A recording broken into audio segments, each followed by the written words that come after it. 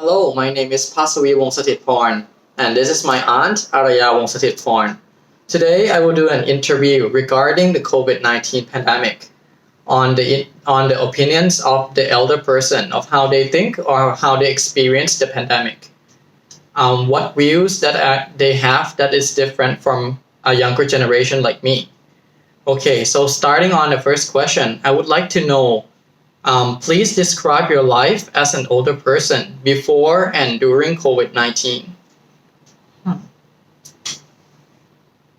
Well, I'm retiring right now. Before the COVID, I have my life, enjoy have a normal life, have my schedule every day, what I have to do, dropping off kids at school, have my own activity, going to gym, everything, doing all the stuff that I needed to do after I retired. But after the COVID is coming, everything just stopped. Basically, I just stuck at home. Everything completely stopped. Mm. Okay, so what do you think is the most important major effect of COVID 19 pandemic on your life? On my life, things have changed a lot. Like normally, I live with my husband and my mother-in-law in the US. After the pandemic, all my kids come back home, so things have changed. A lot of things going on, and so finally, I had to move out of the country because the worry and the scariness that I had. So I had to get out of US, move somewhere. So that's the difference. Can I follow up the question by asking like what difficulties or negative effects that you have in your life from since COVID started? The difficulty and negative effects. Yeah, in your life, let's say. The difficulty is okay for the family point of view is kind of hard because all my two kids is in the college, and then finally they have to move in with us, so we have to help them move in. It's kind of hard beginning. The two kids in the college have to like completely stop work, stop going to school.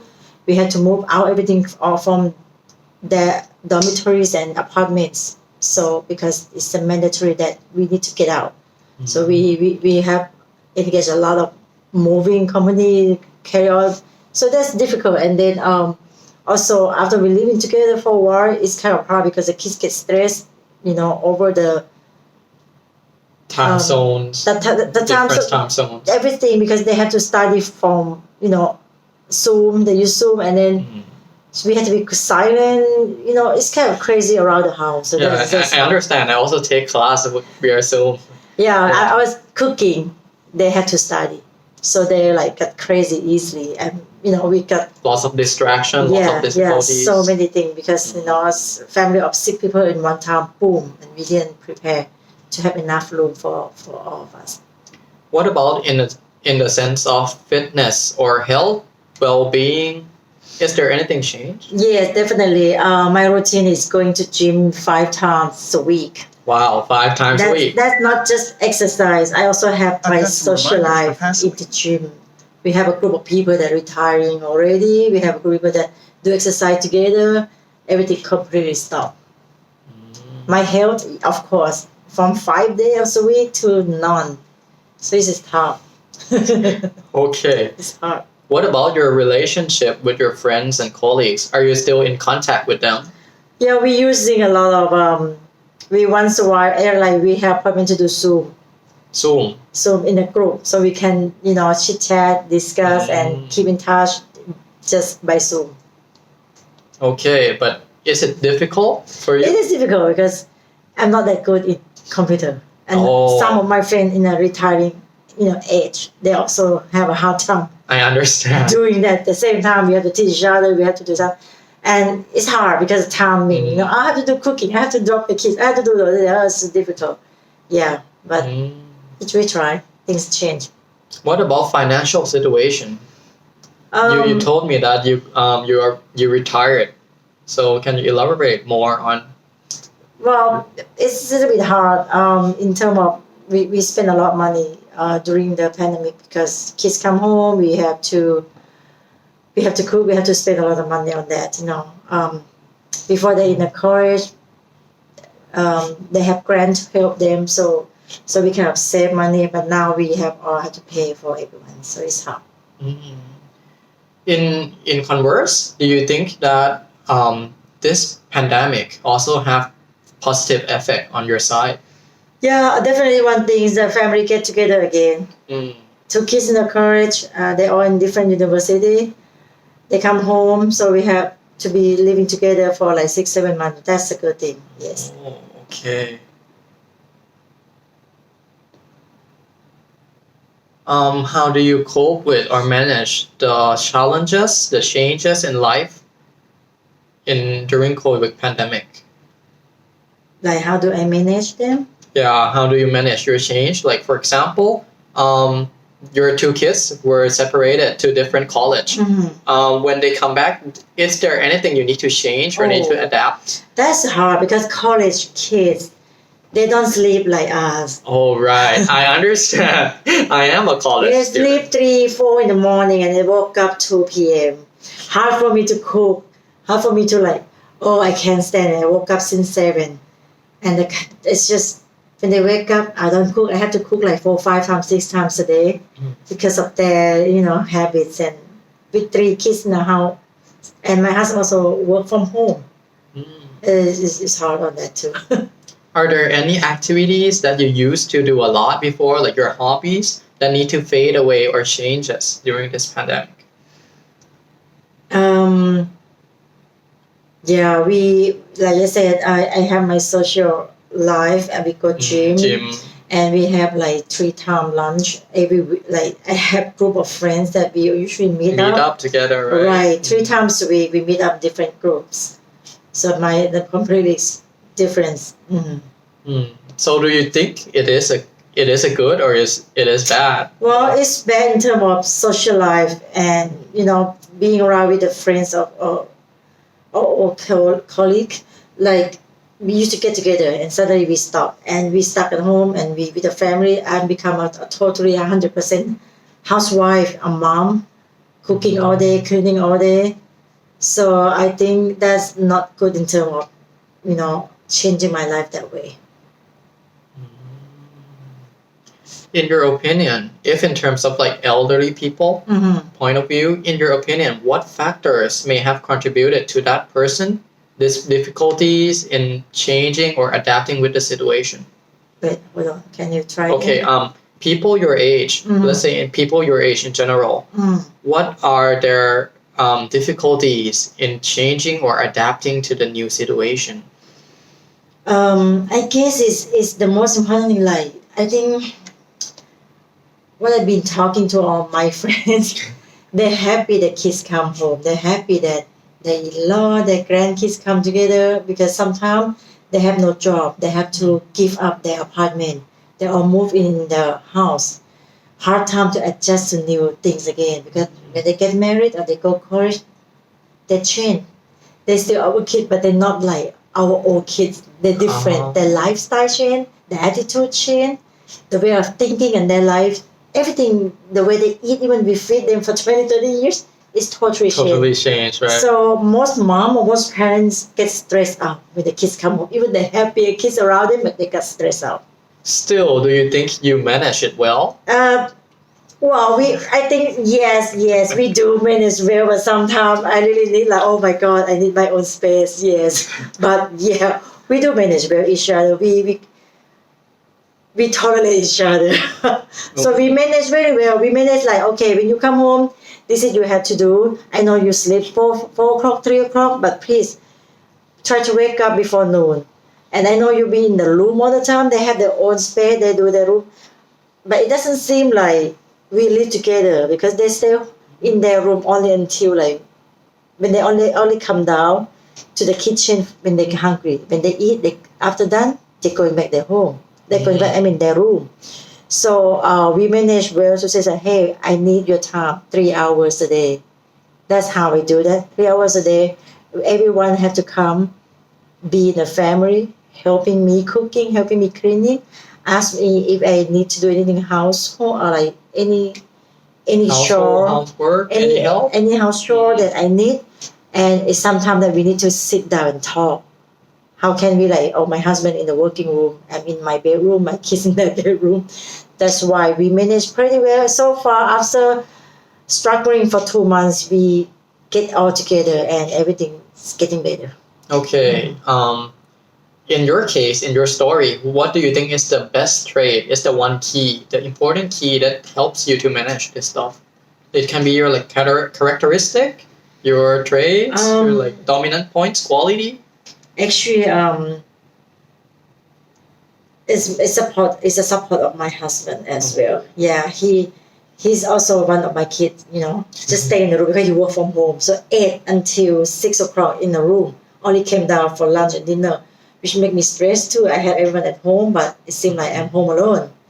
So we start to manage, and after work he gave us more time, and he support us, and he also talk to the kids, and we all group together. I think the background of the very strong family type. Strong family, strong relationship. Yeah, that help Support. us to sit down and try to work it out and solve the problem. So it's not just me to manage everything; it's the whole family, and it works. Wow, that's an interesting point. I never thought of that before. What about let's talk about the government point. Mm-hmm. How can the government do better in like helping you or helping like Like people of your age what they doing so far, or they what do you mean? You want me to think like what they do can better? Like can do they better. Can do better. Yeah. Wow, if we okay, based on where we live in the US, so I have to talk to that point. What government can do it, because the US they're not really strict about wearing masks. Wearing masks. Yeah, they never strict they just give too much freedom for Americans. So some public areas they require you to wear masks, but it's not a law. So they have a choice not to wear. Oh, so it's not a law in it's America. not a law for some state. For some state. Yeah. CDC guided that you must wear masks in the public, but not every state follow. So they manage their own self.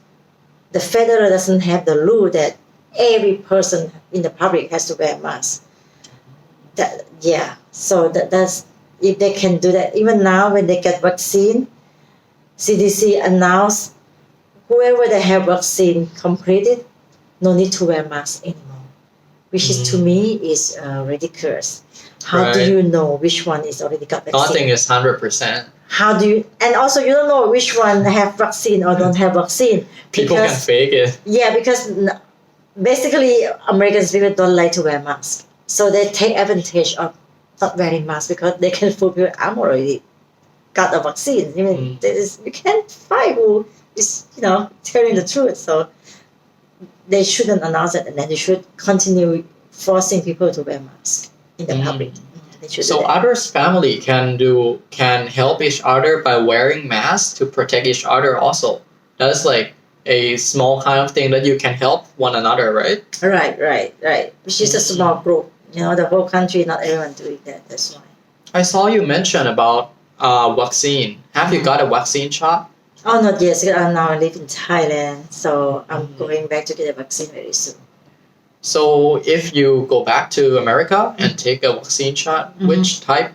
Which kind of vaccine? We can choose. We can choose can either. choose. Yeah, we can choose the 3 of them: Johnson & Johnson, Pfizer, or Moderna.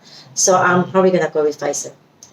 Go with Pfizer. Why? Why? I guess that's the most popular one and gets the most positive feedback from the news, from the people. So I think the Pfizer is number 1 right now. The people voting. Okay. When you update yourself, when you educate yourself about COVID-19 situation, which source of news you usually follows? Like from newspaper, radio? It's just sometimes like a CNN news, CNBC. CNN news. Yeah. Mm-hmm. What about social medias? Or do you use like televisions, social medias, or from YouTube, you mean? Like Yeah, YouTube or Instagram. Do you We do search through this? no, usually I subscribe the You- news, so they just come into my phone every morning. So I'm just reading news from that. So sometimes if something if I didn't hear the news or I forgot to watch news, I just go back by using YouTube. Oh. Yeah. Okay. Please describe what you would like to what would you like your life to be after COVID pandemic is over? That's a bit. That's like 100% cure. What would you like your life to be? Like Like to travel.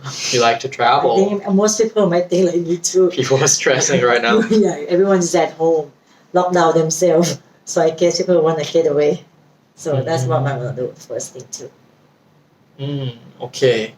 Now let me ask you some questions about growing old. What is it about growing old that you find negative? What are some disadvantages of growing old or like being older?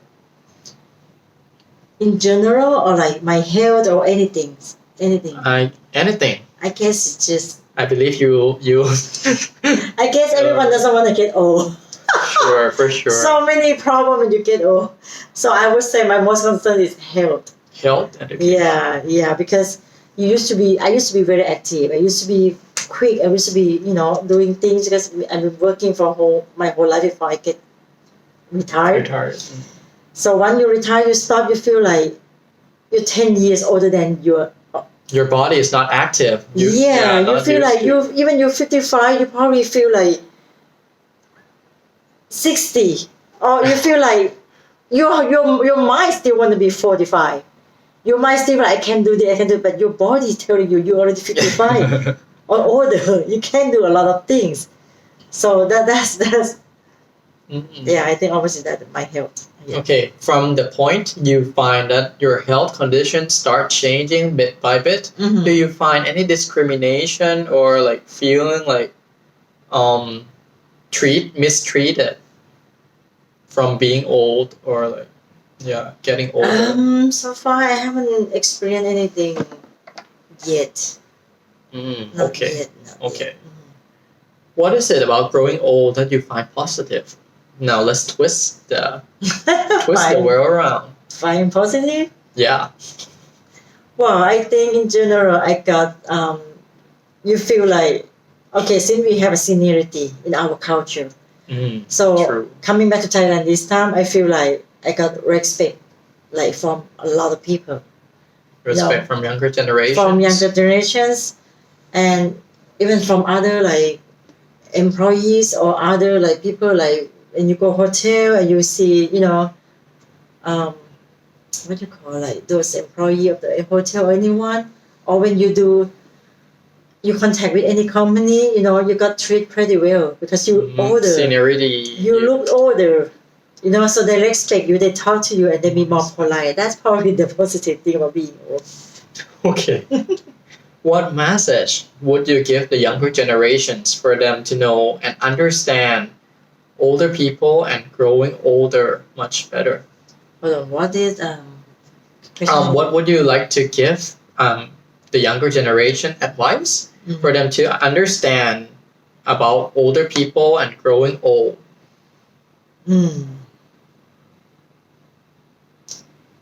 That is challenging because even now I was trying to talk to my own children. It's hard because they don't really get it. They feel like the mommy is a supermom. I'm a superwoman. I've been doing things for them past 20 years. So to let them know that I'm old and to tell them that I'm old, you need to do this for me. You need to carry stuff different. It's so hard. But if I have a chance to tell everyone, I'm just going to tell them that I used to be like you. I never understand my parents. When they get older, I feel like they can do everything for me. So I never really do things for them. I never help them carry stuff. I never help them. So I feel like they is my mom, my dad that always doing for us. So right now when I come to their shoes, I'm 55-ish.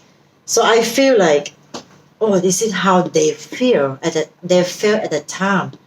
And now I feel like, well, kids, if you really see us, please think of your parents, think of your grandparents. Try to help them more, try to understand them more. It's gonna be a different generation. The way they think, the way we think, the way my parents think, so totally different. So I just want to give them advice that be patient with us.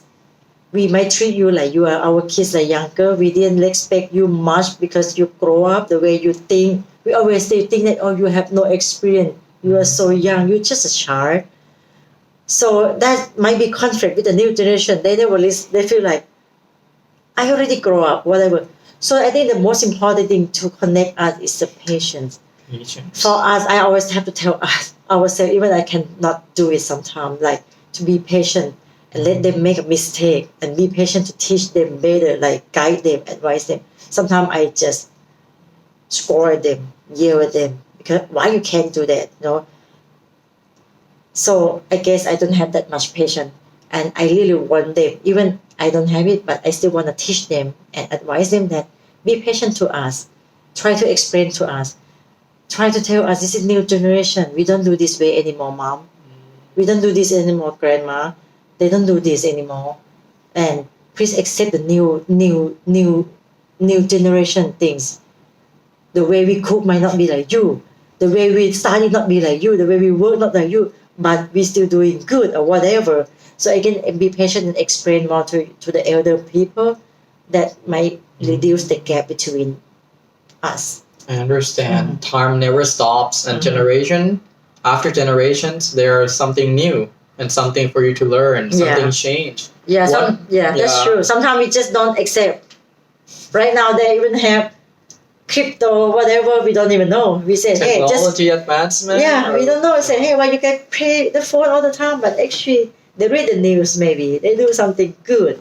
So I guess the communication and being patient, that's the most important. Okay.